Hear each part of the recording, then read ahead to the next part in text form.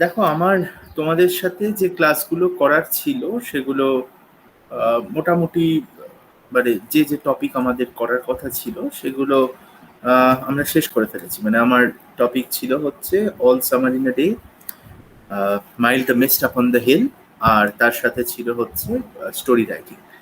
এবারে আমি অ্যাকচুয়ালি ক্লাসটা নিচ্ছি একটা রিভিশন হিসেবে।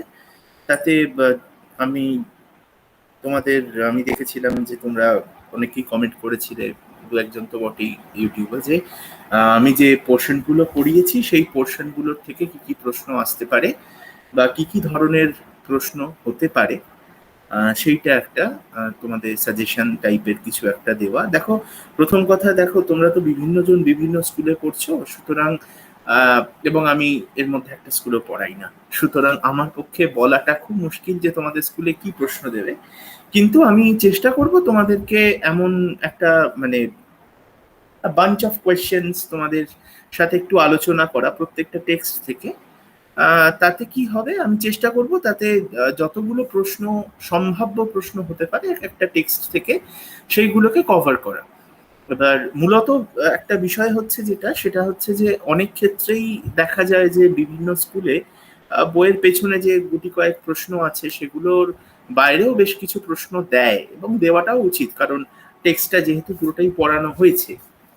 আমি সেই কথাটাই মাথায় রেখে তোমাদেরকে প্রথমে আমি যে টেক্সটটা পড়া, মানে যে টেক্সটটা নিয়ে আমি আলোচনা করব, বা যে গল্প বা যে কবিতা নিয়ে আলোচনা করব, সেটার একটা শর্ট সামারি মতো দিয়ে, যাতে তোমাদের একটা রিমাইন্ডার, একটা রিক্যাপ হয়ে যায়। আহ, তারপরে আমি প্রশ্নগুলো একটু দেখা শুরু করব এবারে। এবং আরেকটা জিনিস যেটা আমার ইচ্ছা আছে সেটা হচ্ছে যে, এখন আমি করে উঠতে পারিনি সেটা, তোমাদের ওই স্টোরি রাইটিং বেশ কিছু আমি এই ইউটিউব ভিডিও ডেসক্রিপশনে আজকে চেষ্টা করবো আজকে রাত্রের মধ্যে আপলোড করে দেওয়ার লিঙ্কটা, যাতে তোমরা তোমাদের মতো করে প্র্যাকটিস করতে পারো।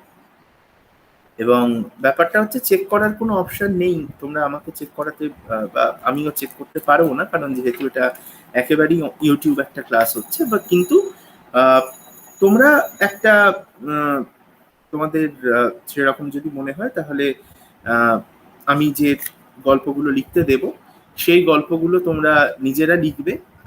আমি নেক্সট সপ্তাহে, মানে ধরো আজকে আমি যদি গল্পগুলো আপলোড করি ইউটিউবে ডেসক্রিপশনে, তাহলে মানে গল্পের আউটলাইন গুলো যদি দিই তোমাদের লেখার জন্য, তাহলে ধরো আগামী সোম কি মঙ্গলবার কি বুধবার এর মধ্যে আমি চেষ্টা করব যতগুলোর উত্তর দিয়ে দেওয়া যায় করে, আমি আরেকটা লিঙ্ক ওই এই ভিডিওতেই আপলোড করে দেব।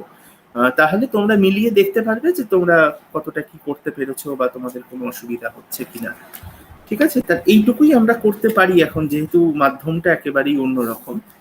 সুতরাং ঠিক আছে, তাহলে আমরা প্রথমে যেটা করেছিলাম, তোমাদের মনে আছে যারা যারা ক্লাসটা দেখেছো, অল সামার ইন ডে, রে ব্র্যাডবেরি লেখা। এবার দেখো, সব সময় একটা জিনিস মাথায় রাখবে, সেটা হচ্ছে যে কোন, you always have to remember, rather you should remember, you must remember the writer, the name of the writer who wrote a particular story or a poem. Because in many cases, we have seen that in different schools, the papers are set in such a way that some questions will be there for everyone. That means for every student to answer, so that no one can complain that the paper was difficult. But there are some questions in various schools. This has been the trend that some questions are set apart for those who are interested in the study of the subject and have read the story or the poem in minute details. প্রত্যেকটা স্কুলেই এই এই এরকম ধরনের, অনেক maximum স্কুলে এই ধরনের একটা পদ্ধতি কিন্তু অবলম্বন করা হয়। যেহেতু তোমরা ক্লাস 9-এ হয়ে গেছো এখন, এরপরে ক্লাস 10, তারপরেই তোমাদের মাধ্যমিক। সুতরাং মাধ্যমিকে তো সব বইয়ের পেছন থেকে আসে না, বিভিন্ন টেস্ট পেপার তোমরা যখন ক্লাস 10-এ টেস্ট পেপার তোমরা দেখবে, তখন দেখতে পারবে যে শুধুমাত্র বইয়ের পেছনের প্রশ্নই থাকে না, অনেক ধরনের প্রশ্ন থাকে, সেটা টেক্সটের থেকে। সুতরাং প্রত্যেকটা, অনেকেই মানে ম্যাক্সিমাম স্কুলই এটা করে যে কিছু প্রশ্ন রেখে দেয় হচ্ছে একটা জেনারেল, ধরো 70-80% প্রশ্ন কমন প্রশ্ন রাখলো, যে প্রশ্নটা সব ধরনের ছাত্রই কিন্তু উত্তর দিতে পারবে। এবং কিছু প্রশ্ন তারা পেপার সেটারটা অনেক সময় সেট করেন এইভাবে যে কিছু একটা 20%, ধরো পেপারের 20% একটা প্রশ্ন, সেটা ওরা কিন্তু রিজার্ভ করে রাখেন ওনারা। মানে কিরকম রিজার্ভ করে রাখেন, বাঁচিয়ে রাখেন তাদের জন্য যারা টেক্সটটাকে খুব ভালো করে পড়েছে, শুধুমাত্র প্রশ্ন উত্তরের ভিত্তিতে পড়েনি, একটু ডিটেলে পড়েছে টেক্সটগুলোকে, তারা সেই জায়গা থেকে উত্তরটা যাতে করতে পারে। সুতরাং এই কিছু জায়গা কিন্তু ফলো করা হয়। সুতরাং সেই জিনিসটা মাথায় রেখে আমি তোমাদের একটা কথাই বলতে চাই যে তোমরা এই যে শুরুতে একটা দেওয়া আছে, এবং আমিও যে হ্যান্ড আউটটা তোমাদের দিয়েছি অল সামারিনা ডে, তোমরা ইউটিউব ক্লাসটার ডেসক্রিপশনে গেলেই সেটা পাবে, সেখানে লিঙ্ক আপলোড করা আছে। এই অল সামারিনা ডে নিয়ে রে ব্র্যাডবেরির জীবন নিয়ে এবং তারপর টেক্সটটা নিয়ে আমি যতটা সম্ভব একটু বড় করেই আলোচনা করেছি। আমার যতদূর মনে হয় যে আমি একটা বাংলাতে সামারিও দিয়ে দিয়েছিলাম, আমি যতদূর মনে পড়ছে। এবার চেষ্টা করবে এইগুলো একটু খেয়াল করার। দেখো, যেমন এরকম একটা প্রশ্ন আসতেই পারে যে অল সামারিনা ডে কে লিখেছে। এবার অনেক ক্ষেত্রে একটা কনফিউশন তৈরি হয় যে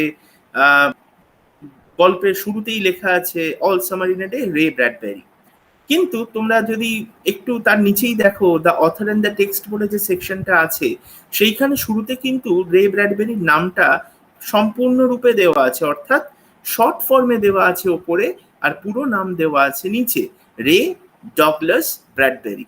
সুতরাং যদি এরকম প্রশ্ন আসে যে এই গল্পটি কার লেখা, তাহলে তোমরা সেফ থাকার জন্য তোমরা এইটাই লিখবে, রে ডগলাস ব্র্যাডবেরি। এটা আমার মনে হয়েছে এটা লেখাটা সেফ হবে, কারণ তুমি যদি শুধু রে ব্র্যাডবেরি লেখো, তাহলে কোনো শিক্ষকের যদি মনে হয় যে না, তো শুধু নামটা তো রে ব্র্যাডবেরি নয়, রে ডগলাস ব্র্যাডবেরি, তাহলে সে কিন্তু সেই জায়গাটা থেকে নম্বর কাটতে পারেন, তার মনে যদি হয় যে তুমি তো পুরো নামটা লেখনি, এবং এটাও তোমরা বলতে পারবে না যে নামটা দেওয়া নেই। সুতরাং সবসময় সেফ হচ্ছে রে ডগলাস ব্র্যাডবেরি, পুরো নামটা লেখা। এবং সেটা আমি যখন তোমাদের আজকেই mild the mist on the hill নিয়ে যখন আমি একটু কথাবার্তা বলবো, তখন আমি তোমাদের একটাই জিনিসের উপর একটু ফোকাস করতে বলবো, সেটা হচ্ছে যে এমিলি ব্রন্টের পুরো নামটা লেখা, সেটা কিন্তু ওখানে গল্পের মধ্যে দেওয়া আছে, এই অথর অ্যান্ড দ্য টেক্সট, এবং টেক্সটের শুরুতেও দেওয়া আছে। সুতরাং এইটা একটা ব্যাপার, তোমরা এইটা মনে রাখবে। এবং এইখানে দেখো, তাহলে একটা প্রশ্ন হতেই পারে যে এটা এমসিকিউ হিসেবেও আসতে পারে, আবার ধরো এটা একটা 1 নম্বরের প্রশ্ন হিসেবে বা ছোট প্রশ্ন হিসেবে আসতে পারে যে অল সামারিনা ডে লেখকের নাম, what is the name of the author of the short story or the exact all summer in a day. সুতরাং তখন তোমাদের প্রশ্নটার উত্তর এটাই হবে, that the author of all summer in a day is Ray Douglas Bradbury, পুরোটাই। সুতরাং আমাদের সবসময় চেষ্টা করতে হবে যাতে আমাদের দিক থেকে কোনো খামতি না রাখা হয়, তাতে কি হবে, নম্বরটা ভালো আসবে, এটাই, আর কিছু না। এরপরে ধরো এরকম প্রশ্ন আসতেই পারে যে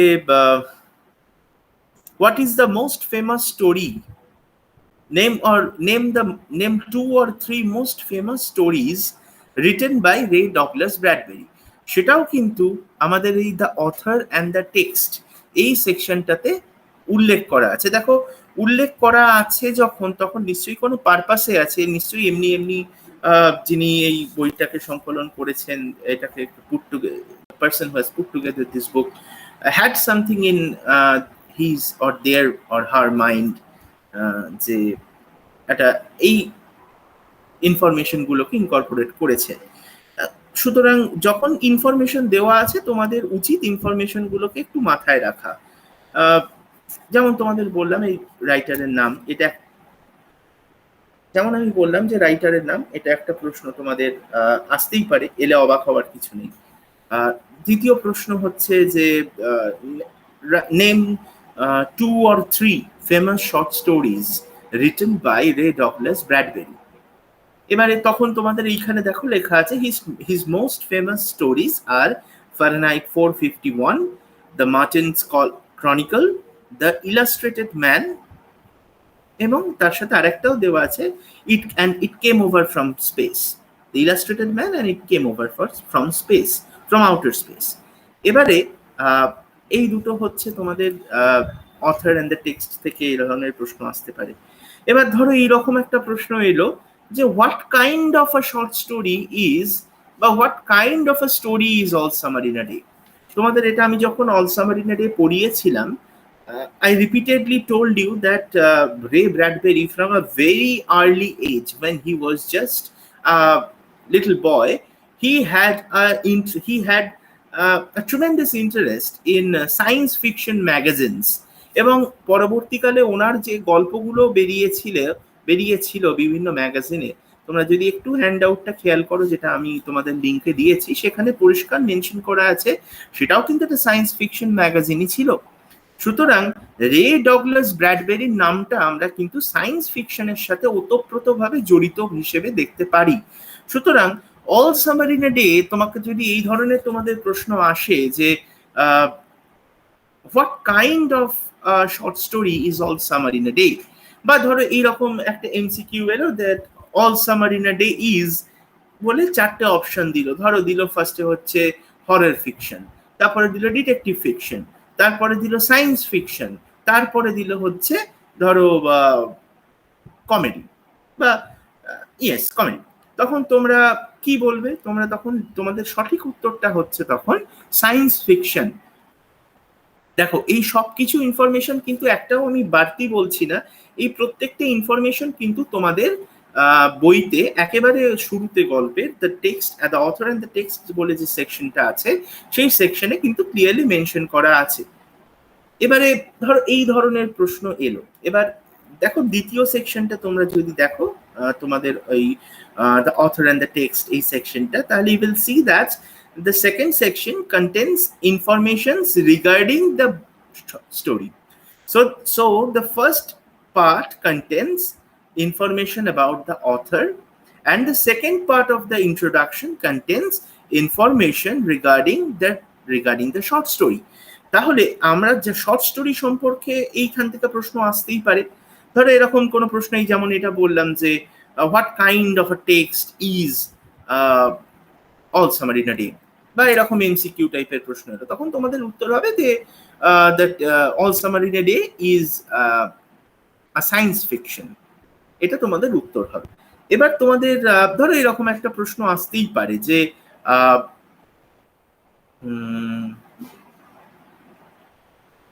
yes all summer in a day is written about বলে একটা কোলন দিয়ে সেখানে চারটে অপশন এলো। ধরো মার্কারি ভেনাস, আর্থ, মার্স, এই চারটে অপশন এলো।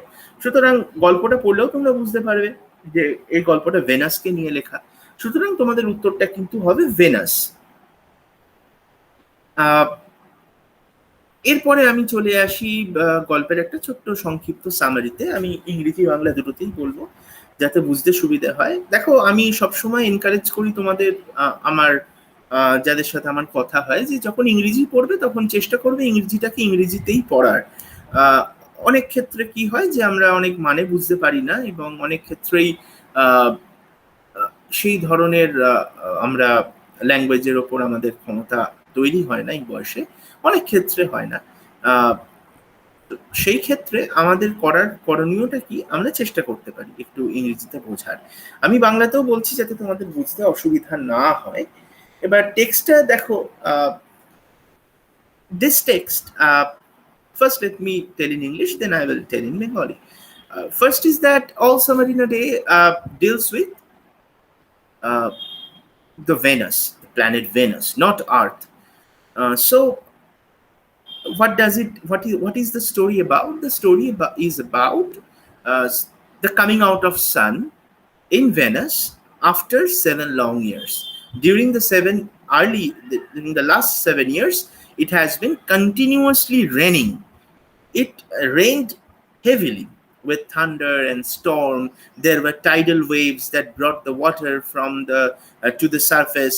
So what happened? The people in the Venus went from Earth through the help of rockets to Venice used to live in underground houses. Why underground houses? Because it was raining outside.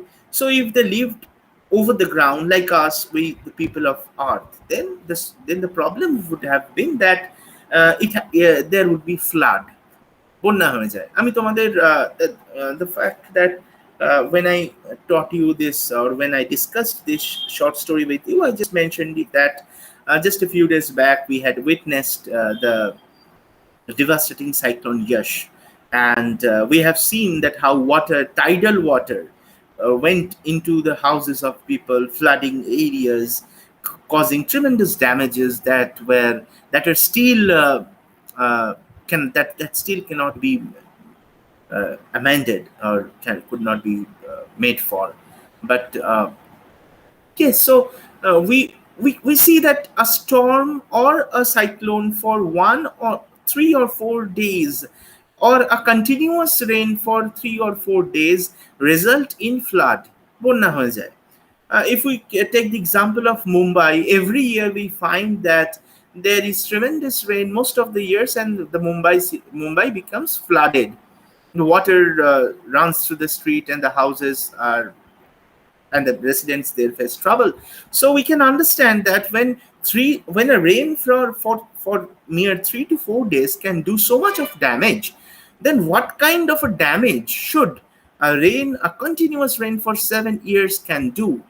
So it is unimaginable to us. We cannot imagine, because we are not accustomed, or we have never seen anything like that. We have seen a rain for hardly 1 week continuously, or 2 weeks. More than that, not more than that. So 1 or 2 weeks, when it rains, just a few, just the other week, that is for the last 2 weeks, it had been raining here. Intermittent rains. Sometimes the rain stops, and sometimes, but the sky always remains clouded. We always feel depressed in such a weather, because we always love sunshine. So just try to imagine for 1 second how it would feel to you when you wake up one morning and you see the sky is clouded and it is raining hard, and this goes on and on and on for 7 long years. So this is a tough condition for us, the human beings, to survive. So this was the condition of the people who went from Earth to Venice. They did not see the sun for 7 long years. It had been raining hard, and so in such a situation, when you have not seen the sun for 7 long years, and you know that the sun will be coming up today, so any human being, just imagine yourself in this situation. You will be excited to see the sun, because you have only seen the sun in television screen or on the pages of books. But you have never seen sun, especially if you are a child of 6 or 7 years age. Then you have never seen the sun. Or even if you have seen, you were too little to remember anything, too small, too young to remember anything. So you didn't probably understand the sun when it first came out, when you were 2 or 1 years old. So whenever the sun comes out, it caused a tremendous interest among students, or rather, yes, they were all students. They were young boys and girls, and who went from Earth. So they were all merely 6 or 7 years old. So when the sun last came out, they were either 1 or 2 years old. So they were not, their mind were not that much developed to understand or to look for the sun at that age. And this is the condition. So they were all excited to see the sun, and so they were talking about the sun amongst themselves. There's we like when we do a new thing, or we see a new thing. Suppose you are going to a hill station for the first time in your life, or you are going to Puri or Digha for the first time in your life, and you were excited to see the ocean or the sea, because you have never seen the sea in front of your eyes. You have never felt you have never gone through this experience. So you are eager to see how does it feel to be standing in front of the endless sea. So So when the sun comes out after 7 years, the children who have only seen and read about the sun in their books are excited. This is general. This there is nothing peculiar or nothing absurd about this. This is a normal reaction for someone who has not seen the sun for so long.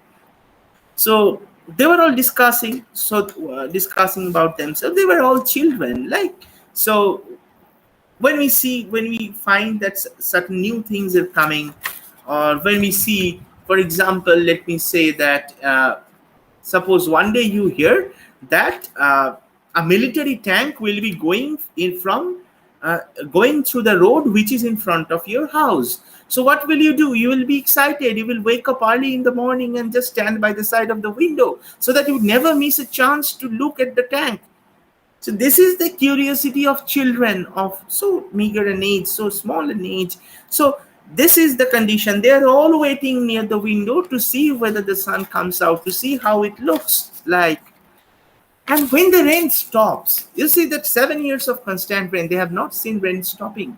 So they're residing under the ground, so the rain is falling from the sky and on the ground. So there is a continuous sound of tremendous rain and storm and thunder and lightning just going on outside in the outside atmosphere. So Venice, so they're just curious that if they find that the rain is stopping, and they're so happy that it is stopping, it is stopping. They were all 9 years old. The thing I was telling you, 9 years old. When the sun came out 7 years ago, they were 2 years old. So you can understand, if you have seen any little, you have a brother or a sister, or you see any young boy of your locality, you can easily agree with me that children of that age generally do not develop any perception, any meaningful perception of what goes on outside in the world. So this is a kind of a new experience for them, because they could not remember how the sun looked like from the front. They have only read about it in the book. They have only written stories and poems about it in the book, in their examinations. So that is why when you do not see something with your own eyes, you always tend to imagine how it seems, কল্পনা করতে থাকি। যখন আমরা কোনো জিনিস দেখি, না দেখে থাকি, আমরা সবসময় সেটাকে কল্পনা করতে পছন্দ করি। তাহলে সেই বাচ্চারা কিভাবে কল্পনা করছে সূর্যকে? একজন বলছে, it is like a flower that comes out every 7 years and blooms for 1 hour. That is একটা ফুলের মতো সূর্য, যেটা 7 বছরে একবার 1 ঘন্টার জন্য ফোটে। And so they were all excited. So when the sun came out, this was a spectacle to them. This was a new sight of excitement to them. They were all looking towards the sun. They went outside the house for after 7 long years. They could not go out of their underground house because it was always raining outside. There were tidal waves coming over from the seas or oceans or whatever water bodies were there in Venice, and there were continuous cracking of thunder and lightning going on and on and on for days and months and years. So they have not come out in the open for 7 long years. So when they come out in the open, when they come outside their house from under the ground, they are thrilled. They run about like wild animals, they run about. When wild animals are set free. When I went to Terry Doers, when I was just in some 7 or 8 years ago, I went to Terry Doers, and there I saw that in a rehabilitation center where their injured tigers are brought in for medical purposes and then again released in the forest after they're healthy, after they're fit again. So I saw that the tiger was constantly roaring, and it didn't like to be caged. Any one of us cannot imagine that we stay inside a cage and we cannot come out. We all love to be free, and for these children, they were not free to go out. So when they got the freedom, when the sun came out, they went outside and they ran about the forest. And the forest also, when there is no sun, then naturally the leaves will not be green because the trees will not be able to do photosynthesis. But they are accustomed, they are habituated to the weather, and therefore they survive. The trees survive, but they are not green. So the rain slackened and they came out, the sun came out, and the children ran about. And yes, the teachers always told them that please do not go too far away from your house because anytime the sun can hide behind a cloud and then it will start to rain. And this happened. This is exactly what happened. So rain comes down again, and a little girl who was outstretching her hand in the sea towards the sky, feeling the rays of sun inside or on her body. Then a little drop of water falls on the palm of the girl. And again, again and again, this rain starts falling. And this is something that makes them unhappy because this means that starting of rain means the sun will hide behind the cloud and it will not come out for the next 7 years. So this is a kind of punishment for them. They will again see the sun after 7 long years. So when the girl cries out in horror, in agony, in pain, if we can understand why she cries out, it is not because that she's her hand is getting wet. It is not about anything else. It is only due to the fact that they will not see the sun again for the next 7 years. So they have to wait for the next 7 years, not only to see the sun, but also to come out of their house, to be free once again. So they need to come out after 7 long years. So this is the story, more or less in English. আমি যদি এটা বাংলাতে বলি তাহলে এই গল্পটা ভেনাসকে নিয়ে, venous গ্রহকে নিয়ে, আর্থকে নিয়ে নয়, এবং সেইখানে সেই গ্রহতে কি হয়েছে, পৃথিবী থেকে কিছু ছোট ছোট বাচ্চা এবং তাদের আরো কিছু বড় মানুষ, তারা প্রাপ্তবয়স্ক মানুষ, তারা রকেটে করে ভেনাসে গেছে। এবার ভেনাসে গিয়ে তারা সেখানে আছে কোথায়, মাটির নিচে একটা ঘর বানিয়েছে। তারা মাটির নিচে তাদের বাসস্থান বানিয়েছে। তার কারণ ভেনাসে কনস্ট্যান্ট রেন হয়ে যাচ্ছে, সব সময় বৃষ্টি হচ্ছে, সব সময় অনবরত বৃষ্টি হয়ে যাচ্ছে 7 বছর ধরে। শুধু বৃষ্টি নয়, তার সাথে স্ট্রং উইন্ড, আমরা যেটাকে বলি ঝড় বইছে। এবং এই ঝড়ের কারণে কি হচ্ছে, হাওয়ার এতটাই দাপট যে হাওয়া জল, যে কোনো জলাশয় থেকে, সমুদ্র বলি বা যে ধরনের জলাশয় ওই গ্রহে আছে, সেই জলাশয় থেকে জল তুলে এনে ভাসিয়ে দিচ্ছে। আমরা ইয়াসের সময় দেখেছিলাম যে কি অবস্থা হয়েছিল উপকূলবর্তী এরিয়াগুলোতে, যে সমুদ্রের জল লোকের বাড়িতে ঢুকে পড়েছিল।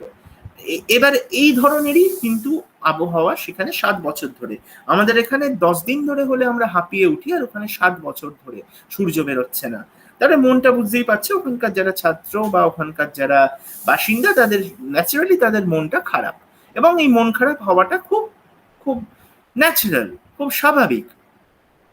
এবার গল্পটা কি নিয়ে? গল্পটা হচ্ছে যে 7 বছর পর সূর্য বেরোচ্ছে যেই দিন, সেই দিনে আমাদের গল্পটা আমরা দেখতে পাচ্ছি। মানে সেই গল্পটা এই দিনটিকে কেন্দ্র করে, যেদিন সূর্য বেরোচ্ছে। এবারে কি হয় যে যখন আমরা কোনো নতুন জিনিস দেখি, কেন আমি নতুন জিনিস বলছি তার কারণ আমরা একটু পরেই যদি গল্পটাতে দেখি, আমরা দেখতে পাবো যে বাচ্চাগুলোর বয়স প্রায় 9 বছরের কাছাকাছি সবারই বয়স। সুতরাং লাস্ট যখন সূর্য তারা দেখেছিল বা উঠেছিল সূর্য ভেনাসে, তাও 1 ঘন্টার জন্য, তখন তাদের বয়স 2 কি 3 বছর ম্যাক্সিমাম। তাহলে 2-3 বছর বয়সে দেখা কোনো কিছু আমরা কিন্তু মনে রাখতে পারি না সচরাচর, কারণ ওই সময়টা আমাদের মস্তিষ্ক সেইভাবে তৈরি হয় না, আমাদের মন সেইভাবে তৈরি হয় না যে কোনো কিছু দেখলে আমরা সেটা মনে রাখতে পারি। তাই এই ক্ষেত্রেও কিন্তু সেই রকম ভাবে তাদের কিন্তু মনে নেই। সুতরাং তাদের কাছে যখন মনে নেই সূর্যকে কেমন দেখতে লাগে সামনে থেকে, বা সূর্যের নিচে দাঁড়িয়ে থাকতে কেমন লাগে, তখন কিন্তু তাদের কাছে সেটা একটা নতুন অনুভূতি আমরা বলতে পারি। কারণ তার আগে তারা যাই এক্সপিরিয়েন্স করে থাকুক না কেন, যাই অনুভব করে থাকুক না কেন, সেগুলো কিন্তু তাদের আর মনে নেই। সুতরাং নতুন জিনিস তাদের কাছে সূর্য উদয় হওয়া, সূর্য উদিত হওয়া, এই যে ব্যাপারটা, এটা তাদের কাছে একটা নতুন একটা এক্সপিরিয়েন্স, একটা নতুন অনুভূতি। তাহলে এই নতুন অনুভূতি, ধরো আমরা জীবনে যদি প্রথমবার, তোমরা কেউ ধরো জীবনে প্রথমবার পুরী যাচ্ছ সমুদ্র দেখতে, বা দীঘা যাচ্ছ সমুদ্র দেখতে, এটা আমার সাথে হয়েছিল। আমি বহু ছোটবেলায় একবার পুরী গিয়েছিলাম, যখন আমার 3 কি 4 বছর বয়স, বাবা মা দাদু দিদা সবার সাথে। কিন্তু সেই সময় পুরীতে আমার কিছুই মনে নেই, আমি কি দেখেছিলাম না দেখেছিলাম, কেমন লাগে সমুদ্রের সামনে দাঁড়াতে। কিন্তু তারপরে পরবর্তীকালে ধরো আমি প্রত্যেক বছরই একবার করে পুরী যাই, এই বছরটা বাদ দিয়ে গত বছরে যাওয়া হয়েছিল। তো সেই সময়টা আমি যখন প্রথম এই শুরু হয় পুরী যাওয়া আবার, তখন আমি যখন প্রথমবার গিয়েছিলাম, আমার পরিষ্কার এখনো মনে আছে, স্টেশন থেকে অটো করে আমরা যখন আমাদের হোটেলের দিকে যাচ্ছিলাম, অটোটা যখন ব্যাক নিয়ে যখন স্টেশন থেকে বেরিয়ে টুয়ার্ডস মেরিন ড্রাইভ যাচ্ছিল, মেরিন ড্রাইভের সমুদ্রের দিকে, তখন আমার কিন্তু মনের মধ্যে একটা অদ্ভুত আনন্দ কাজ করছিল। এই বোধহয় সমুদ্র দেখতে পাবো, কেমন লাগবে সমুদ্র দেখতে সামনে থেকে। সুতরাং এই একটা অনুভূতি কাজ করছিল, এবং আলটিমেটলি যখন ফাইনালি অটোটা যখন মেরিন ড্রাইভে উঠলো, যখন সমুদ্রের পাশে রাস্তায় উঠলো, তখন কিন্তু আমি অবাক হয়ে দেখছিলাম, আমার ভালো লাগছিল, অপূর্ব এক দৃশ্য। এবার এই দৃশ্য, এই সেম অনুভূতি আমার হয়েছিল আমি যখন প্রথম পাহাড়ে ঘুরতে যাই, পাহাড়ে বরফে ঢাকা পাহাড় দেখে আমার এই রকমের আনন্দ। সুতরাং বুঝতে পারছো যে তাদের কাছে আমরা প্রত্যেকে নতুন জিনিস দেখলে আমাদের একটা নতুন অনুভূতি হয়, তাহলে সেই রকমই একটা অনুভূতি কিন্তু এই ছেলে মেয়েদের হচ্ছিল। তাহলে যখন কি হলো, যখন সূর্যটা যখন ওঠেনি 7 বছর ধরে, তখন তারা কি হয়েছে, প্লিজ ডোন্ট মাইন্ড, আমি একটু জল খাচ্ছি। তাহলে কি হলো, যে যখন সূর্যটা উঠছে, তখন তারা কি হয়েছে, 7 বছর ধরে সূর্য দেখেনি সামনে থেকে, তারা কি করেছে, তারা বইয়ের পাতায় পড়েছে। এবার বইয়ের পাতায় পড়েছে, কবিতা লিখেছে। সুতরাং যে জিনিসটা তারা দেখেনি, আমরা মানুষদের, আমরা যারা মানে আমাদের প্রত্যেক মানুষেরই এটা একটা বলতে পারো স্বভাব, বলতে পারো, বা বলতে পারো এটা একটা স্বাভাবিক আচরণ, যে আমরা যখন কোনো কিছুকে দেখি না, আমাদের যদি এমন কিছু জিনিস আমাদের সামনে বলা হয় যেটা আমরা দেখিনি কখনো স্বচক্ষে, তাহলে আমরা কি করি, সেটা সম্বন্ধে আমরা নানা ধরনের গল্প ভাবতে থাকি। খুব একটা সোজা এক্সাম্পল যদি আমি তোমাদের দিই, রিসেন্টলি হয়েছে, এই যখন করোনা ভাইরাসের প্যান্ডেমিকটা শুরু হলো, তখন কিন্তু বিভিন্ন লোকের কাছে এটার বিভিন্ন ধরনের গল্প ঘুরে বেড়াতো লোকের কাছে। এইটা কি থেকে হচ্ছে, অনেকে বলে এটা বাদুড় থেকে হয়েছে, আবার অনেকে বলছে এটা চীনের ষড়যন্ত্র। এই ধরনের অনেক কিছু গল্প কিন্তু সারা চারিদিকে ঘুরতে শুরু করে। কেউ বলছে এই টোটকা খেলে করোনা সেরে যাবে, কেউ বলছে এইটা খেলে করোনা সেরে যাবে। এবার এই নিয়ে অনেক ধরনের গল্প গুজব চারদিকে রটেছে, এবং এই গল্পগুজবকে অনেক মানুষ বিশ্বাসও করেছে, এবং অনেক ক্ষেত্রে দেখা গেছে যে অনেক বিপদে মানুষ পড়েছে।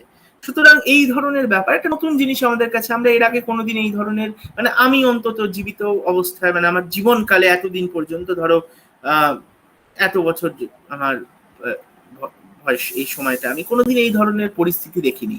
আমি এই ধরনের কোনোদিন দেখিনি মানুষ বাড়ির মধ্যে বসে আছে, বা এই ধরনের কোনো রোগ দেখিনি, এই ধরনের কোনো ভাইরাস দেখিনি, যেটা সারা বিশ্বের লোককে একদম শাসিয়ে রেখেছে, একেবারে দমিয়ে রেখেছে, ঘরের মধ্যে বন্দি করে রেখেছে।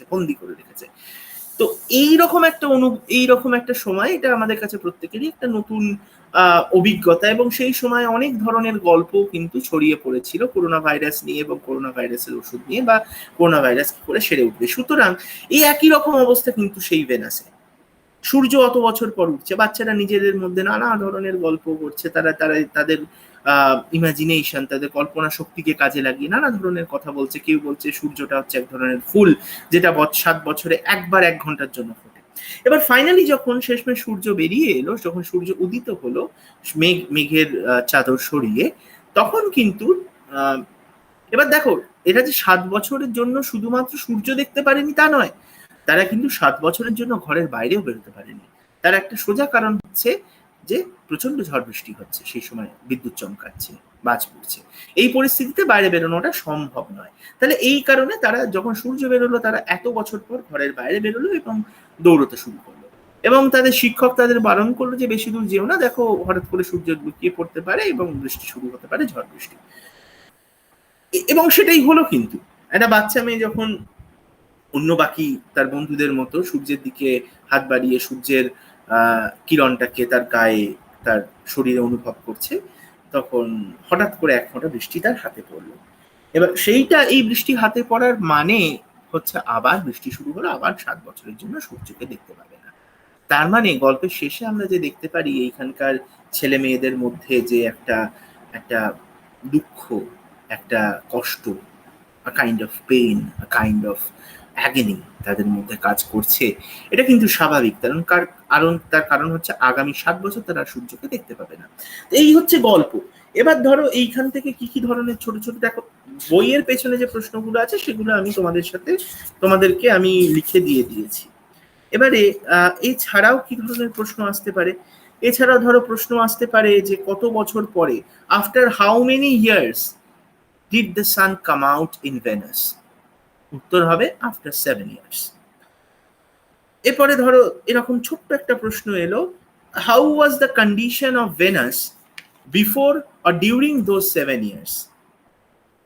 তাহলে কি হবে? দেয়ার ওয়াজ tremendous storm, there was continuous rain, and tidal waves came over the island causing flood।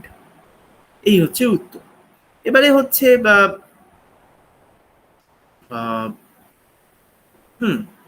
যে what was the reaction of the children when the sun, on the day when the sun came out? So the children were very excited from the morning. They were all discussing about sun, and they were all waiting near the windows to see the sun for the first time perhaps in their life। এই ধরনের প্রশ্ন আসতে পারে। তারপরে ধরো এই ধরনের আরেকটা প্রশ্ন এলো যে what was the age, or uh, what was the age of all the children? So all the children were 9 years old। এবারে একজন আমাকে প্রশ্ন করেছিল, সেই প্রশ্নের উত্তরটা আমি এখানে দিয়ে দিই, তাহলে ভালো হয়, যারা অনেকেরই থাকতে পারে এই প্রশ্নটা, যে why did the people, or why did the children could not remember the sun? উত্তরটা হচ্ছে যে when the story begins, the day when the story begins, the children were all 9 years old. So when the sun came out 7 years ago, they were all 2 years old. So in that age, it is a normal habit or normal phenomena that they would not remember anything. So they could not remember anything because they were too small at that time to understand. They were only 2 years old. So and for 7 long years they have not seen sun. That's why they could not remember how the sun looked like. Next প্রশ্ন আসতে পারে, how did Venus look when the sun came out? So the answer will be, উত্তরটা হবে যে when the sun came out, the Venus, the forest of the Venus, the forests were bathed in sunlight, bathed, bathed in sunlight, and it looked as if the forest has caught fire. এটা হচ্ছে উত্তর। Now what did the children do when the sun came out? The children ran outside their house and started to play and run about like wild animals among the forest of Venus, and started to enjoy the sunshine. And what happened? এরপরে যদি প্রশ্ন আসে যে why did the girl cry out all of a sudden?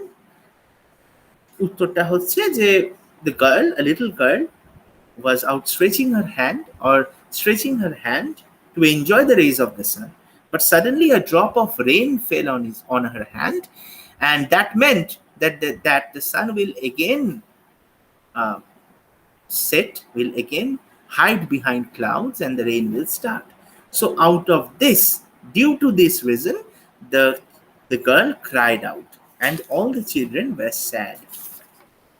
এই ধরনের কিছু প্রশ্ন আসতে পারে। আমি তোমাদের বলে দিলাম, দেখো বইয়ের পেছনে হচ্ছে আছে how did the heavy storms effect the islands, আমি লিখিয়ে দিয়েছি। What did the children right about the sun, এটাও আমি লিখিয়ে দিয়েছি। What did the children play, এটাও বলে দিলাম আগেই, ওই লেখা যা যা প্রশ্ন আছে বলে দিয়েছি। এছাড়াও আমি আজকে যে প্রশ্নগুলো বললাম এই প্রশ্নগুলো কিন্তু গুরুত্বপূর্ণ, এই প্রশ্নগুলো তোমরা একটু মাথায় রেখো। এরপর দেখো আরো প্রশ্ন হচ্ছে, why were the children eager to see the sun? এরও আমি আজকে উত্তর বলে দিলাম। What did the children do immediately after the rain stopped? এটাও বলে দিলাম আজকে। why do you think that the children were feeling unhappy when it started raining again? শেষ প্রশ্ন যেটা বললাম, তার শেষ প্রশ্নের উত্তরে আমি যেটা বললাম সেই একই উত্তর কিন্তু এখানে হবে, যে অনেকদিন পর আবার আমাদের 1 ঘন্টা পরে সূর্য আবার ডুবে গেল, বৃষ্টি শুরু হয়ে গেল, ঘুম খারাপ হয়ে গেল। That's fine. এবার আসি আমি mild the mist upon the hill. এই mild the mist upon the hill আমি আগের এই গল্পটার ক্ষেত্রেও যা বলেছি এবারেও তাই বলবো। লেখকের নাম খুব গুরুত্বপূর্ণ, কারণ এই প্রশ্ন আসতেই পারে লেখকের নাম কি? What is the name of the writer or the poet of mild the mist upon the hill? সেখানে তোমাদের লিখতে হবে এমিলি জেন ব্রন্টে। এরপরে তোমার এই ধরনের প্রশ্ন আসতেই পারে যে what is the best remembered novel of Emily Bronte, or most remembered work of Emily Bronte? Most remembered work of Emily Bronte is a novel called Wuthering Heights, which is considered a classic in English literature. পরিষ্কার এইখানে কিন্তু the poet and the text সেকশনটায় লেখা আছে। তারপরে দেখো in this poem the Bloom. এবার এর পরে কি হয়েছে, যে আগের গল্পটার ক্ষেত্রেও আমি যা দেখেছি, আমরা যা লক্ষ্য করেছি, এখানেও কিন্তু সেই একই জিনিস, তার কোনো ব্যতিক্রম নেই। যে ফার্স্ট প্যারাগ্রাফটা কিন্তু লেখক সম্পর্কে বা লেখিকা সম্পর্কে, এবং সেকেন্ড সেকশনটা হচ্ছে সেকেন্ড যে প্যারাগ্রাফটা সেটা হচ্ছে কবিতা সম্পর্কে, কবিতাটা কি নিয়ে। তাহলে এইখানে কবিতাটা কি নিয়ে? কবিতাটা হচ্ছে, in this poem the blue mist that surrounds the distant mountains reminds the poet of the happy days of youth and childhood that she had left behind. So কি কবিতাটা কি? যে দূরের পাহাড়কে ঘিরে থাকা একটা নীলচে একটা ধোঁয়াশাকে দেখে কবির তার ছোটবেলায় কাটানো কিছু আনন্দ মুখর দিনের কথা মনে আসছে, যে সময়টা সে ফেলে এসেছে পেছনে। As she describes the landscape, she shifts from the present moment to the past and then to the present again. তাহলে এই পাহাড় এবং পাহাড়কে ঘিরে থাকা নীলচে একটা ধোঁয়াশাকে বা কুয়াশাকে বর্ণনা করতে গিয়ে কবি কি করছেন? কবি একবার বর্তমান থেকে একবার অতীতে যাচ্ছেন, আবার অতীত থেকে একবার বর্তমানের কথায় ফিরে আসছেন। এবারে আমি যদি এই প্রত্যেকটা স্ট্যান্সা, এইখানে ধরো 4টে স্ট্যান্সা বা 4টে ভার্স আছে এই কবিতাটাতে, আমি কি করছি, আমি খুব তাড়াতাড়ি প্রত্যেকটা স্ট্যান্সা বা প্রত্যেকটা ভার্সের সামারিটা তোমাদের বলে দিচ্ছি আরেকবার। যদিও আমি আগের ভিডিওটাতে একটা স্টোরি রাইটিং এর ভিডিওটাতে তোমরা একটু দেখবে, খেয়াল করবে, স্টোরি রাইটিং এর ভিডিওটাতে যেটা আমি ক্লাসটা নিয়েছিলাম গত শুক্রবার, সেই ভিডিওরই ডেসক্রিপশনে কিন্তু একটা দুটো লিঙ্ক দেওয়া আছে। একটা তো স্টোরি রাইটিং এর জন্য, আর একটা হচ্ছে mild the mist upon the হিলের প্রশ্ন উত্তর এবং আরো গুরুত্বপূর্ণ যা যা তথ্য আমি ক্লাসে আলোচনা করেছি সেইগুলো ওইখানে লেখা আছে। তোমরা কিন্তু অবশ্যই ওটা একবার দেখে নেবে, তোমাদের আমার মনে হয় তোমাদের সুবিধা হবে ওইটা দেখার পরে। তো প্রথম স্ট্যান্সাতে কি বলেছে, এবং আমি ওখানে কিন্তু স্ট্যান্সা ধরে ধরে আলোচনা করে দিয়েছি।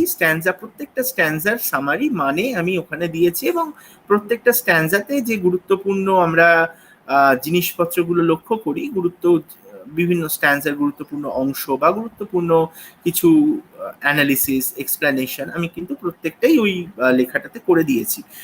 একবার দেখে নিও, তাহলে পরবর্তীকালে উত্তর লিখতে হয়তো তোমাদের সুবিধা হবে। কিন্তু আমি আবার একটা কথা তোমাদের বলবো, আমি যেভাবে ঠিক আমি উত্তরগুলো লিখে দিয়েছি, তোমরা কিন্তু আমার এখানে তোমাদের জায়গায় যদি আমি হতাম, তাহলে আমি কিন্তু সেই উত্তরগুলোকে একেবারে অক্ষরে অক্ষরে পালন করে পরীক্ষায় লিখতাম না। কারণ এই ক্লাসটা তো বুঝতে পারছো অনেকেই করছে, সবাই যদি একই উত্তর লেখে তাহলে কিন্তু নম্বরটা কমে যাবে। সুতরাং তোমরা নিজেরা গল্প কবিতাগুলো পড়বে, এবং এটা সব ক্ষেত্রে, সব কটা গল্প কবিতার ক্ষেত্রেই আমার কিন্তু এটা, মানে যেগুলো আমি পড়াই না সেইগুলোর ক্ষেত্রেও আমার কিন্তু একটাই কথা বলার, যে প্রশ্ন উত্তরগুলো দেওয়া হচ্ছে সেইগুলোকে একেবারে অন্ধভাবে বিশ্বাস না করে, সেগুলোকে বেদবাক্য হিসেবে মেনে না নিয়ে তোমরা নিজেরা গল্পটা কবিতাটা একটু পড়বে, পড়ে নিজের ভাষায় লেখার চেষ্টা করবে। তাহলে এবার বলতেই পারো যে স্যার তাহলে আপনি কেন বা দাদা কেন আপনি এই প্রশ্নটা দিয়েছেন, উত্তরটা কেন দিয়েছেন, তাহলে আমাদের যদি লিখতেই বারণ করছেন। আমি বারণ করছি না লিখতে, আমি তোমাদের বলছি নিজেরা একটু পড়ে নিজেদের ভাষায় লেখো। আমি একটা মডেল উত্তর দিয়েছি, একটা মডেল অ্যান্সার আমি কেন দিয়েছি, তাহলে তোমরা বুঝতে পারবে এই প্রশ্নের উত্তরে কি কি পয়েন্টস তোমাদের লেখার প্রয়োজন, কি কি তথ্য বা কি কি গুরুত্বপূর্ণ অংশ তোমাদের একটা উত্তরে থাকা উচিত, সেটা তোমরা এই অ্যান্সারগুলো, আমার দেওয়া অ্যান্সারগুলো পড়লে কিছুটা আন্দাজ করতে পারবে, একটা সেন্স তৈরি হবে। তোমাদের কাজ হবে যে তোমার এই উত্তরগুলোকে এইভাবেই ব্যবহার করা, যে কি কি উত্তর, একটা উত্তরে কি কি পয়েন্ট থাকতে পারে বা কি কি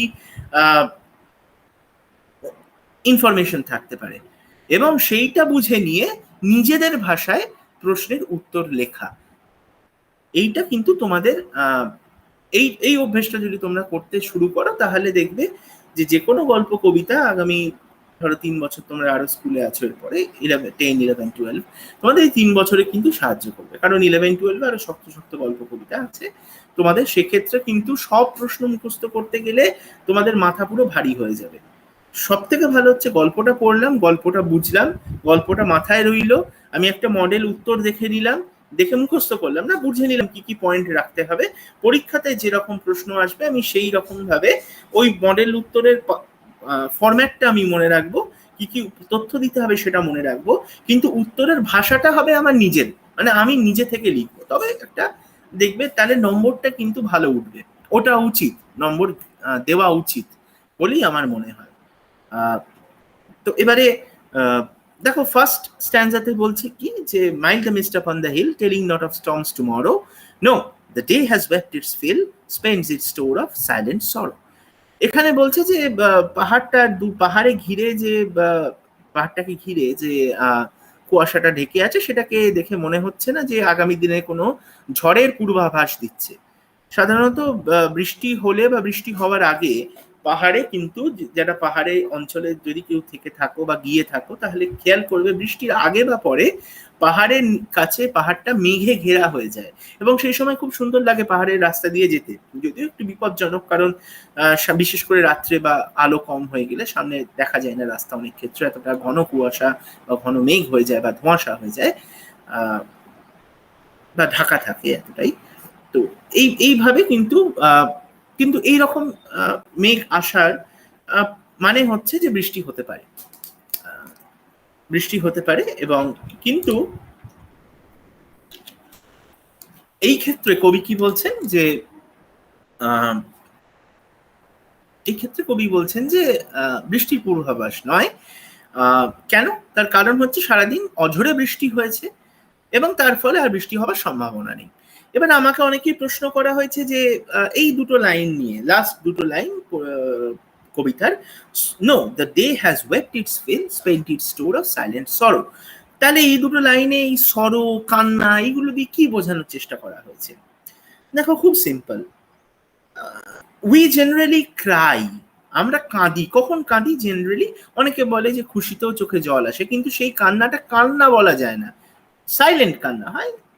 কিন্তু ক্রাই বা কাঁদা, মেনলি আমরা দুঃখে কাঁদি, কষ্টে কাঁদি মেনলি, প্রধানত।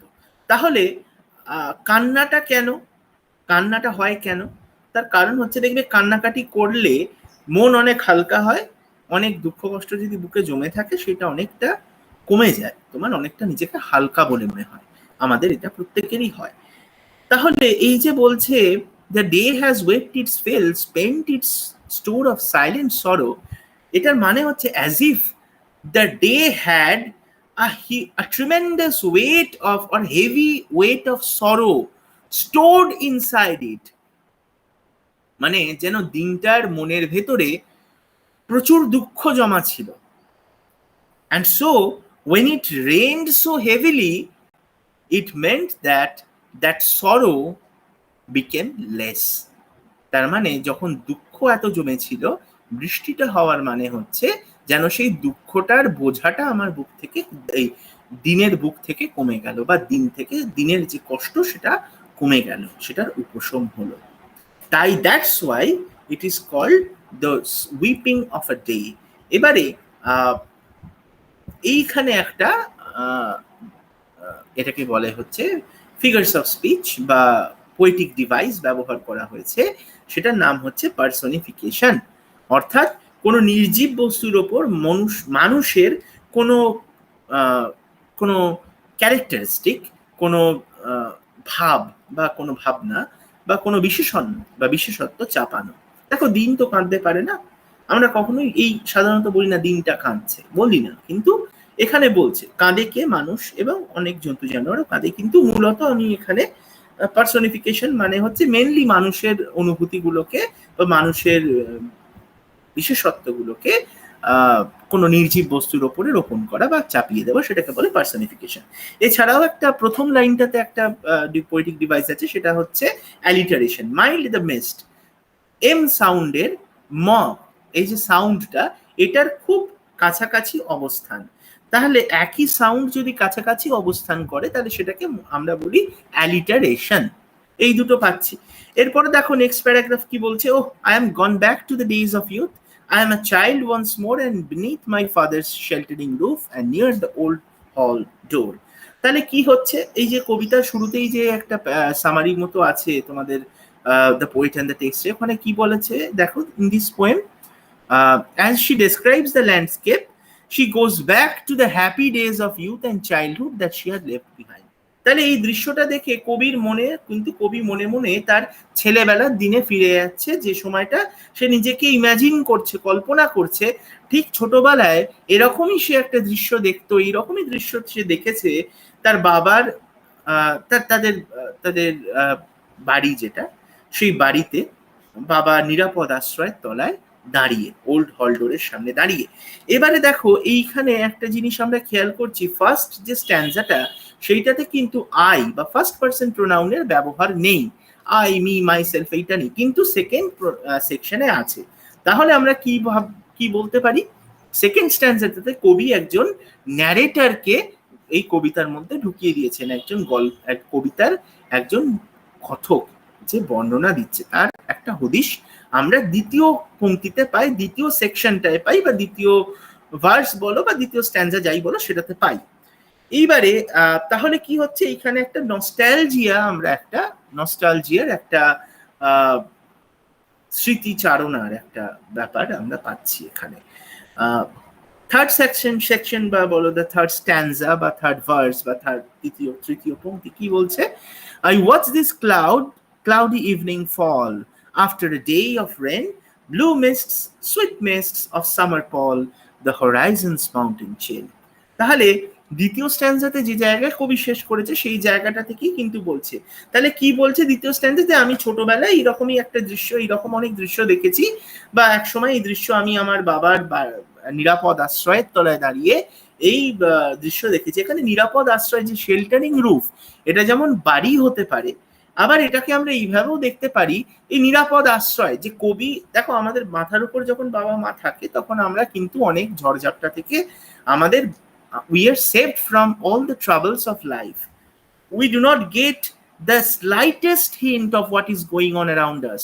Our father and mother and our guardians also mostly never let us being touched by those harsh realities of life. তাহলে কিন্তু এই সময় যখন কবি কবিতাটা লিখছে তখন তার বাবা মারা গেছেন, তাহলে তার বাবা আর নেই। সুতরাং বাবা না থাকার মানে হচ্ছে সে কিন্তু এক্সপোজড হয়ে গেছে, অর্থাৎ বাইরের ঝড়ঝাপটা এখন তাকে নিজেকেই সামলাতে হয়, she is exposed two everything. তাহলে এই যে শেল্টারিং রুফের কথা মনে করা, এটার মধ্যে আমরা এটাও বলতে পারি যে কবি কিন্তু তার বাবাকে মিস করছেন, বাবার যে একটা সিকিউরিটি ছিল, বাবা থাকলে যে একটা সিকিউরিটি সে বোধ করতো, সেই সিকিউরিটিটা সে মিস করছে। দাঁড়িয়ে দাঁড়িয়ে তাহলে কি দেখতো সেই সময়, থার্ড স্ট্যান্ডার্ড সেটা বলছে, ক্লাউডি ইভিনিং ফল, মেঘাচ্ছন্ন একটা সন্ধে নেমে আসা দেখতো, after a day of rain, সারাদিন বৃষ্টির পরে একটা মেঘাচ্ছন্ন সন্ধ্যা নেমে আসছে, সেটা সে দেখতো ছোটবেলায়, তখন দাঁড়িয়ে তার বাবার বাড়ির কাছে, তার বাবার বাড়ির নিরাপদ আশ্রয়ের নিচে। Blue mist, sweet mist of summer pall, এই মিস্ট বা কুয়াশাটাকে বলছে ব্লু অ্যান্ড সুইট।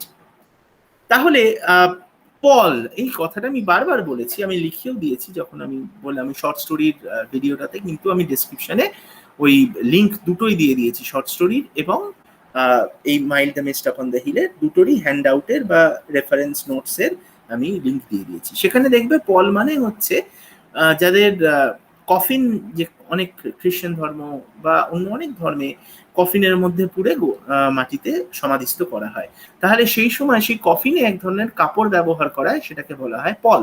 অর্থাৎ পল শব্দটি মৃত্যুর সাথে কিন্তু, হ্যাঁ জাস্ট 2-3 মিনিট আর কি।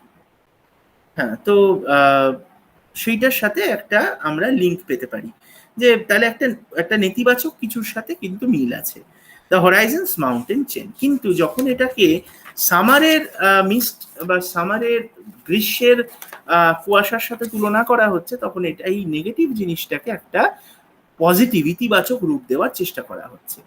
তারপরে শেষ সেকশনে কি বলছে, the damp stands in the long green grass as thick as morning tears and dreamy scents of fragrance pass that breathe of other years.